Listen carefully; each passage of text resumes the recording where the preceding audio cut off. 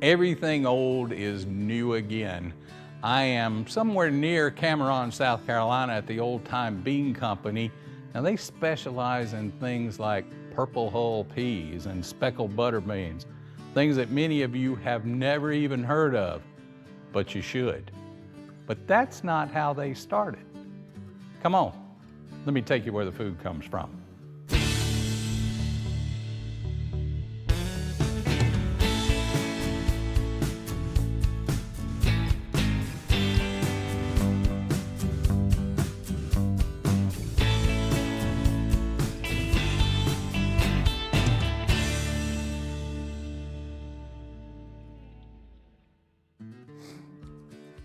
Josh, it looks for all the world like we have run up on what might be my favorite vegetable, certainly my favorite of all the peas and beans. This is kind of legendary in this part of the world. This is a speckled butter bean. That's right, and a Sunday isn't worth a darn if you don't have some speckled butter beans. Go along with it, right? And people might not understand that, and when we open this pod, they're not gonna understand any better. We'll have to show them a different one maybe. Yep. But this little bean right here, see if I remember how to do this. That's not bad. I'd get a B- on a Saturday afternoon. Now that still looks like just a little green butter bean.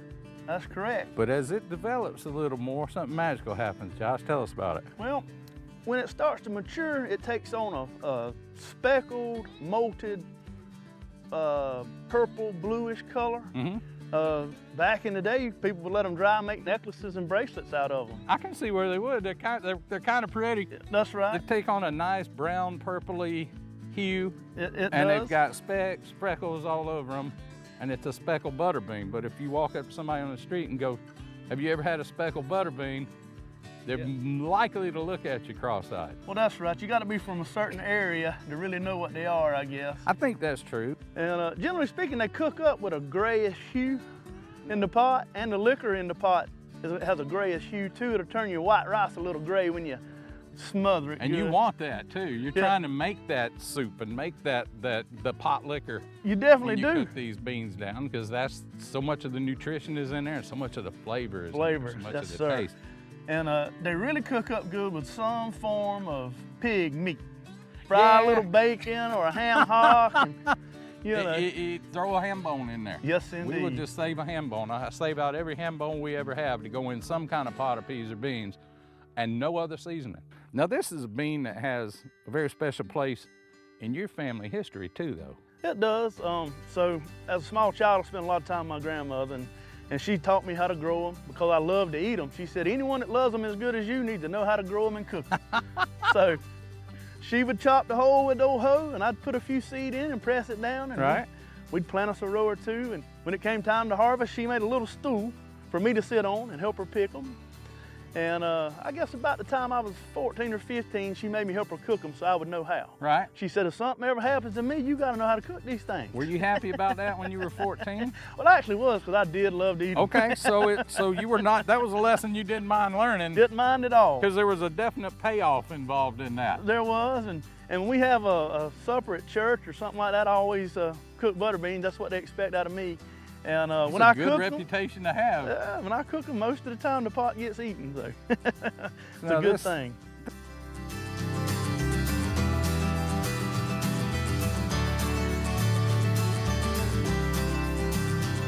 Let's talk about how you got started in farming. What's the family background? What's the family story? So I was raised a sixth generation tobacco farmer. As you were coming along, did you always know that you wanted to farm? Pretty much. I went to Clemson and got a degree in ag economics, and went back home to farm. Mm-hmm. I was the first person in Horry County to have a peanut contract. The tobacco industry was in a down cycle. Sure. You couldn't get enough acres to make a living. Peanuts were a new crop to South Carolina. Right.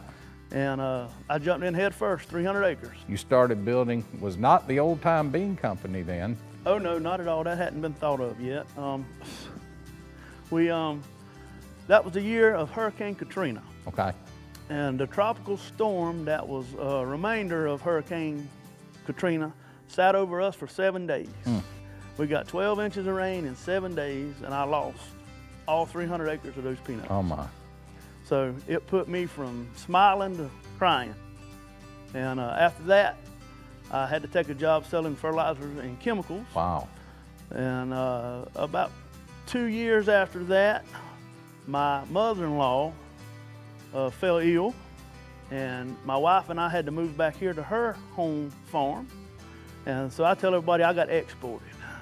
I came from a tobacco farm and a tobacco legacy to a cotton and peanut farm. So cotton, so you were the traditional, maybe the most traditional Southern crop.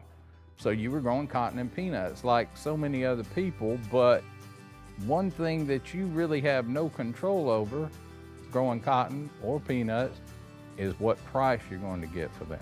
Definitely. You also have no control over what you're going to have to pay for your inputs, your fertilizers, your pesticides, your labor, your machinery. All that costs what it costs. The market is what it is. You're stuck in the middle, hoping you get back from the market what you put in on the input side. It sounds like a nerve-wracking way to live, Josh. It does, and it can be feast or famine, and cycles up and down, and it's hard to know what to do sometimes. So part of the reason for Old Tyme Bean Company was we can take a product, grow it local, sell it local, and me and you and the customer base can decide what the price is that benefits everybody. So, and it's stable. Those speckled butter beans are worth, if I'm coming to pick them up, whatever I'm willing to pay for them. Now I know you have a price and you arrive at a market price, but that's your price, not what somebody told you the price is. That's exactly right. Price makers instead of price takers.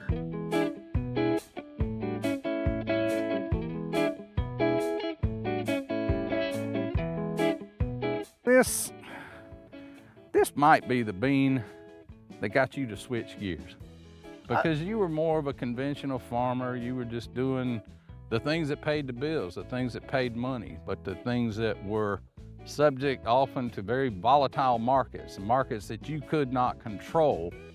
This was staring at you from your family history the whole time. That's a good way to put it. We, in the row crop setting, and generally speaking, it's feast and famine. You never know what you're gonna get, and who from where is gonna tell you what the price is. And I have some farmers tell me they hope to make money 1 year out of 3. Yeah. And hope that that 1 year is good enough to carry them through the other 2. So because of all that, I decided we'd grow something that we could sell local. We could control the price. Me and the customer that pulls up to my shed, Right. the chef in Charleston, Right. say, he and I can get together and form a price. Right. And that's a steady, stable market. All I had to figure out was how to grow them to make the most yield. Well, Granny already showed you the first steps. Definitely so. So what we found, especially with these heirloom crops, growing them in a manner that we were growing our row crops wasn't really working. So we found a term through all this YouTube looking called regenerative farming. So what we did, we went back to old school stuff. We actually cultivate these fields with a cultivator and a tractor, 2 rows at a time. Wow. You know, Wow. most people, if they don't have a 100-foot sprayer, they think they're going backwards. Sure. You know, they want to run 25 miles an hour and spray something. And get it done in about 6 minutes. So we went back old school, and this is what we do. We have a spray schedule now that consists of molasses, minor elements, you know, boron, zinc, manganese, stuff like that. And we apply just small doses every 7 to 10 days. The molasses gives that plant sugar.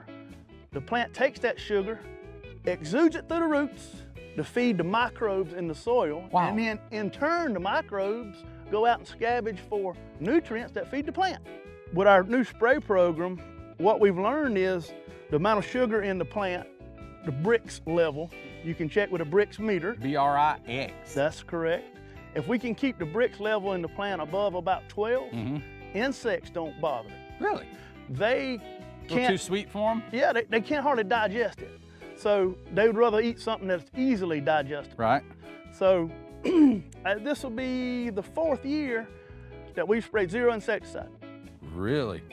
So how does regenerative farming, how do those techniques, how does that help you perform better as a farmer? How does that help your land? How does that help maintain your ability to keep doing this and to keep feeding people? Well, I guess the best way to describe it, since we don't spray any harsh chemicals, the beneficial insects, beneficial soil microbes are multiplying a lot more than they would if we sprayed harsh Because you're not chemicals. killing them off. So it's kind of like lions and tigers and bears. Oh my. Yeah.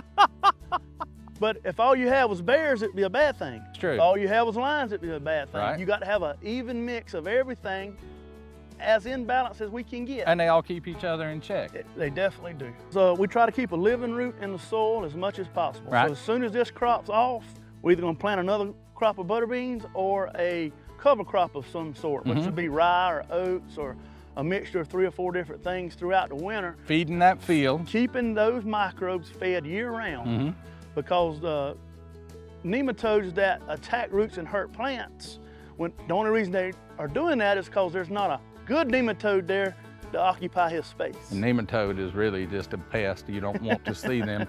But you just said there's good nematodes. That's right. I never knew that. I only thought there was bad nematodes. If you should have heard my dad holler about nematodes, you'd have thought so too. Oh yeah. What's a good nematode do? Well, apparently, from as best I can explain, a good one stands in the way of a bad one, Okay. so that he can't eat enough to harm you.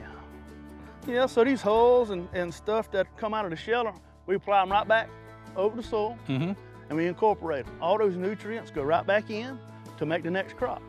And as far as fertility goes, instead of doing blanket fertility programs where we use, mined potash and synthetic nitrogen, we started using more natural products like kelp, which is, comes from the ocean. Seaweed. Yeah, I guess you call it fish byproducts, stuff like that. Yeah, we can all appreciate what that would be. Yeah, and in doing so, we've seen that we can dramatically lessen the amount of money we have to spend per acre So it's to get actually the same more crop. cost effective, Definitely. better for you, better for the environment, better for us, but also better for your pocket. Definitely.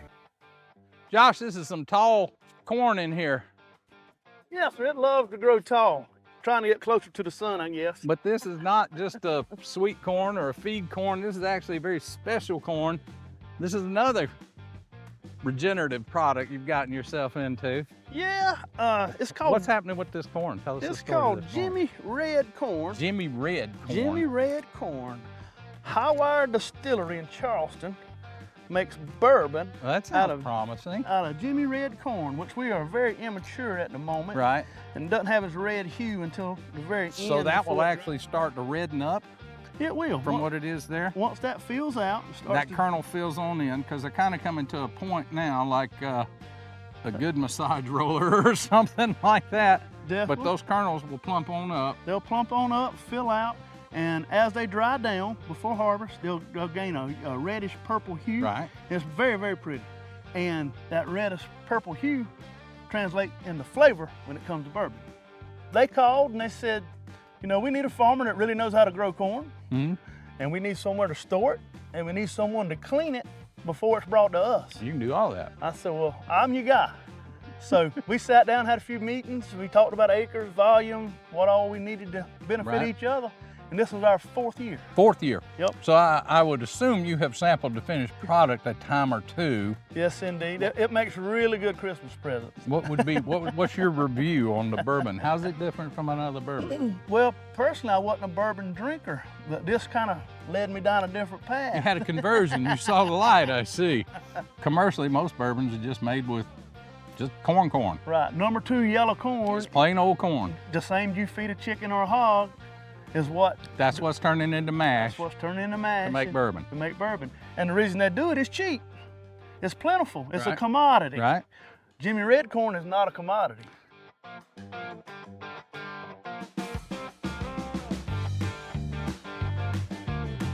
Josh, this looks like it would make the biggest mess of peas either, but these aren't for eating. Yeah, we save our own seed here and try our best to take what Mother Nature gives us and maybe add a little oomph to it. All right. So seed production nationwide is down as far as peas go. Really? A lot of peas grown in Texas. Texas has experienced a lot of drought in the past several years. Seed prices, you know, if you Google seed prices, they're up 100 to 150% since COVID.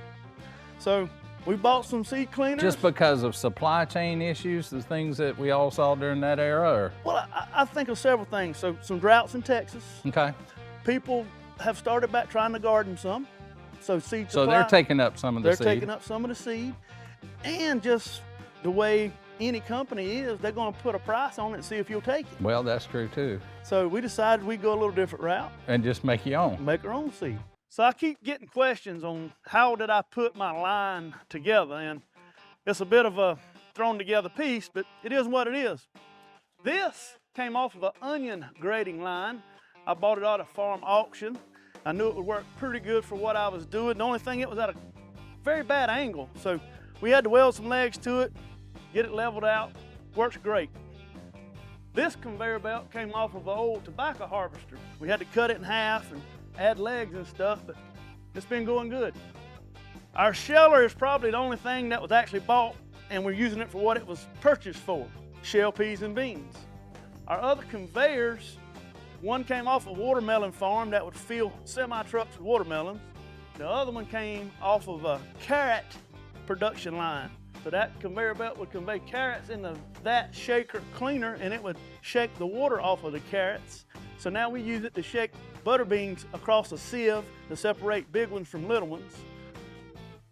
This conveyor belt is something we just put together all on our own just to get enough transition so that 4 or 5 people could stand beside it and pick off anything that was bad before we actually bagged it up for retail sale. Our next thing is the back of a milk truck or ice cream truck that we converted to use as a walk-in cooler.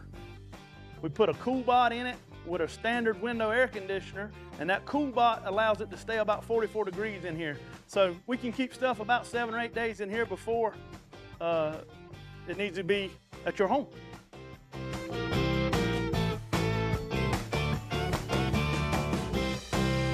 So you're not looking to create a giant customer base or an ever-expanding customer base. I'm sure you welcome growth and expansion in a controlled manner that you know you can keep up with. That's a very good way to put it. I'm only one man, only so many hours in the day, and we still got to keep the row crop operation going. We still got to manage all that. So the peas and beans are heavily managed during harvest, and as soon as our yellow corn starts to dry down, it's time for the bean operation to slow down because row crops are calling. Let's see if we can list everything you grow. Go. So we grow 100 acres of red corn, Okay. about 50 acres of peas and beans for fresh market, about 50 acres of peas for dry production market, which is also human consumption. Right. Cotton, corn, peanuts, and I have grown a little garlic in the past, and I guess that's it. That edamame you tried one time. I did try the edamame one time. But Yes, that's, indeed. again, that's just a prettier soybean. That's it's right. pretty much what that is. But like me, and like so many people who come to get your peas and beans, that's kind of a special place in your heart and a special story with the peas and the beans. And kind of, probably a little bit, I would think, had to have something to do with your decision to get in that lane. It did. I knew that was something everyone wanted. I just needed to put it in a place and a time that they could come get it. So nobody wants to sit on the porch and shell anything anymore. Not anymore. They want to come get it. To be fair, we didn't want to then. We just had to. We just did. It wasn't by choice, ever.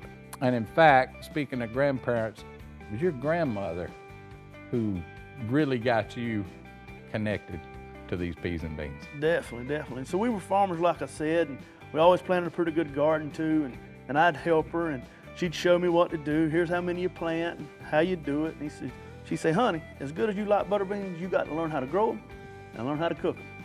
So that led to all of this in a roundabout way.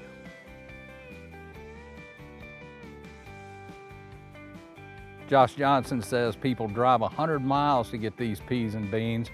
What he doesn't know is I would drive a whole lot further than that, and in fact, I just did. Regenerative agriculture, those are words you're going to be hearing more and more often moving forward. Hopefully you'll be hearing more about purple hull peas and speckled butter beans, so I don't have to drive so far to get them out here where the food comes from.